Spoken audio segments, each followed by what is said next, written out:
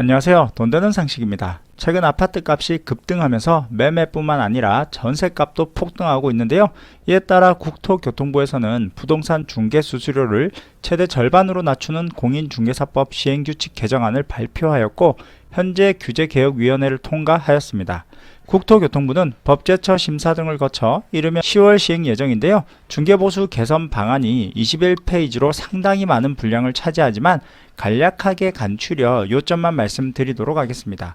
주택거래 및 전세 계약 계획이 있으시다면 오늘 영상을 참고하셔서 거래하시면 좋을 듯 하네요. 시청하시면서 구독과 좋아요, 알람 설정 부탁드릴게요. 구독과 좋아요는 영상 제작에 힘이 됩니다. 현재 중개보수 체계의 주요 문제점을 살펴보면 집값 상승으로 인하여 거래 금액이 증가함에 따라 수수료율이 낮아지다 매매 6억 원 및 임대차 3억 원을 기준으로 요율이 높아져 부담이 가중되는데요. 특히 매매 9억 원 및 임대차 6억에서 수수료율이 급등함에 따라 거래금액 차이는 크지 않음에도 중개보수는 급증하는 현상이 발생되고 있습니다. 예를 들어 살펴보면 8억 8천만 원의 주택을 매매할 경우 440만 원의 수수료가 부담되고 8억 9천만 원의 주택을 매매할 경우에는 445만 원의 수수료가 발생하게 되는데 9억 원의 아파트를 거래하게 되면 810만 원으로 370만 원이나 급증하고 있어 문제점으로 남아있을 뿐 아니라 현재 중개보수 체계는 임대차의 중개보수가 주택을 구입하는 매매보다 높아지는 역전 현상이 발생하고 있는데요.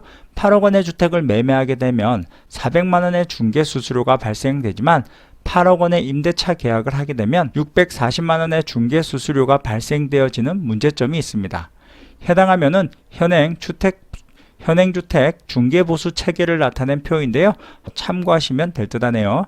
이에 국토교통부는 중개보수 개편 방안을 마련하고 거래 건수 비중이 증가한 매매 6억 이상과 임대차 3억 이상에 대해 상한율을 인하여 보수 부담을 경감하기로 하였는데요. 매매의 경우 6억에서 9억 원 구간은 현행 0.5%에서 0.4%로 0.1포인트 낮아지고 9억에서 12억 원은 0.5%, 12억에서 15억 원은 0.6%, 15억 원 이상은 0.7%의 요율이 세분화돼 적용됩니다. 임대차의 경우에도 3억에서 6억 원은 수수료율이 0.4%에서 0.3%로 인하되고 6억에서 12억 원은 0.4%, 12억에서 15억 원은 0.5%, 15억 원 이상은 0.6%의 요율이 적용되는 개정안이 시행됩니다. 이렇게 되면 9억짜리 주택 매매 시 중개 수수료는 810만 원에서 450만 원으로 6억 전세 거래 수수료는 480만 원에서 240만 원으로 절반 수준으로 줄어드는 것을 확인하실 수 있는데요. 임대차의 중개 보수 부담이 매매보다 높아지는 역전 현상을 해소하고 전 구간에서 임대차율이 매매율보다 낮거나 같게 설정되었습니다. 만약 8억 원의 주택을 매매와 임대차로 거래할 경우 현행처럼 매매하게 되면 수수료는 400만 원, 임대차는 640만 원으로 급증하지만 앞으로 개편되면서 매매 수수료도 320만 원, 임대차도 320만 원으로 동일하게 적용됩니다. 시행은 10월 예정으로 법제처 심사를 통과하면 바로 시행될 예정입니다. 주택을 구입하거나 전세로 들어가실 분들은 참고하셔서 낮아지는 요율을 적용받아 거래하시면 좋을 듯 하네요. 그리고 한 가지 더 추가로 말씀드릴 부분이 있는데요. 오늘 영상이 도움이 되셨다면 좋아요 한 번씩만 꾹 눌러주시고요. 전입신고 의무제 및 전세금지법에 대해서도 한 번 더 말씀드릴 테니까 꼭 알고 있어야 되는 부분이기 때문에 참고하시면 좋을 듯 합니다. 신고 대상 주택은 주택임대차보호법 적용을 받는 모든 주택에 해당이 되는데요. 아파트나 다세대 주택, 고시원, 기숙사뿐만 아니라 임대차보호법을 적용받는 모든 주택 및 비주택도 해당된다고 합니다. 신고 대상 지역은 수도권 전역과 광역시, 세종시, 도의 시 지역으로 규정을 하였는데요. 임대차 거래량이 작고 소액으로 거래하는 임대차 비중이 높아 신고 필요성이 상대적으로 낮은 도 지역의 구는 신고 지역에서 제외되었습니다. 신고 금액은 확정일자 없이도 최우선 변제를 받을 수 있는 임차 보증금의 최소 금액이 6천만 원인 점을 고려하여 임대차 보증금 6천만 원을 초과하거나 월세가 30만 원을 넘기면 신고 대상이 되도록 규정하였는데요. 신고뿐 아니라 갱신계약까지 모두 신고를 하여야 하며 갱신계약의 경우 계약금의 변동이 없는 경우에는 신고 대상에서 제외되었습니다. 또한 반전세의 경우에는 보증금이나 월세 중 하나라도 신고 금액을 초과하게 되면 신고를 하여야 합니다. 그럼 신고 방법은 어떻게 되는지 알아보도록 할게요. 계약 당사자인 임대인과 임차인이 임대차 계약 신고서에 공동으로 서명 또는 날인하여 신고하는 것을 원칙으로 하되 신고의 편의를 위해서 임대인 또는 임차인 중 한 명이 당사자가 모두 서명 또는 날인한 계약서를 제출하는 경우 공동으로 신고한 것으로 간주하도록 규정하였습니다. 임대차 신고는 임대한 주택에 관할 읍면동 주민센터를 방문하여 통합민원 창구에서 오프라인으로 신청하실 수 있고요. 신고인의 편의를 위해서 관할 주민센터 방문 없이 비대면 온라인 신고도 가능하도록 전용 시스템을 구축을 완료하였습니다. 검색 포털에서는 임대차 신고를 검색하거나 또는 부동산 거래관리 시스템을 직접 검색하셔서 사이트에 접속 후에 신고가 가능합니다. 온라인으로 신고할 경우에는 계약서 원본을 PDF나 JPG 등의 파일로 변환하거나 스마트폰으로 촬영한 사진 파일을 첨부하여 신고하시면 되는데요.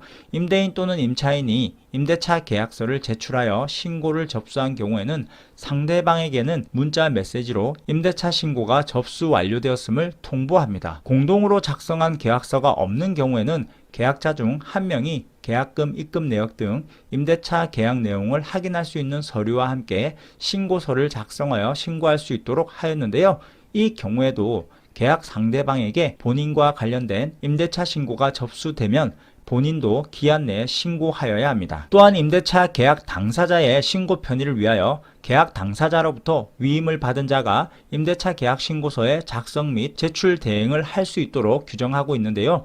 위임장 등 필요한 서류를 규정하여 대행 업무가 가능합니다. 부동산에서 거래할 경우에는 공인중개사 등에게 위임하여 신고하시면 조금 더 편할 듯 하네요. 또한 주민센터에서 전입신고 시 계약서 첨부 시 임대차 계약신고를 한 것으로 규정을 할 수 있고 임대차 계약신고 시 계약서를 제출하면 확정일자를 부여받을 수 있다고 합니다.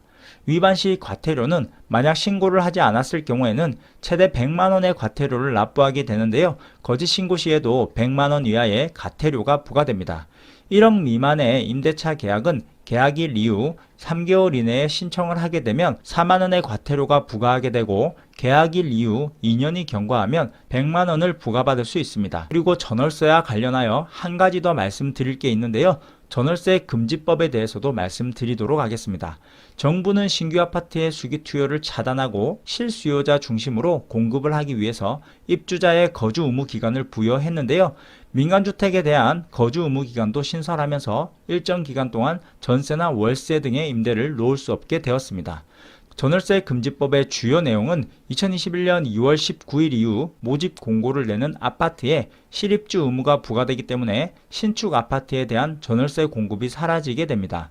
시행지역은 서울 전역과 수도권 그리고 분양가 상한제가 적용되는 지역인데요.